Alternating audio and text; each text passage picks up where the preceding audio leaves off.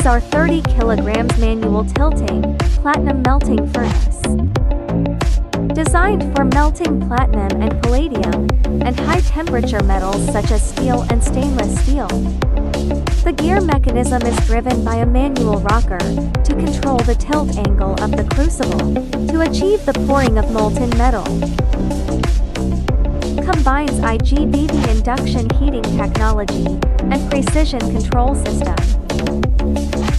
Small size and lightweight, with sliding wheels on the bottom of each stove.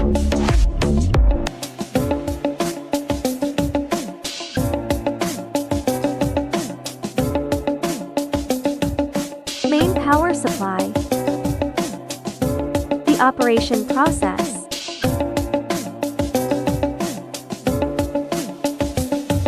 After adding the materials, turn on the power. Adjust the parameters. After melting finished, pull the hand crank down. Pouring the molten metal liquid into the mold.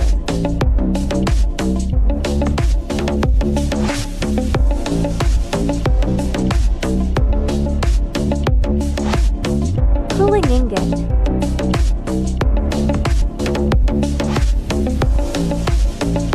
Welcome to contact us for more details.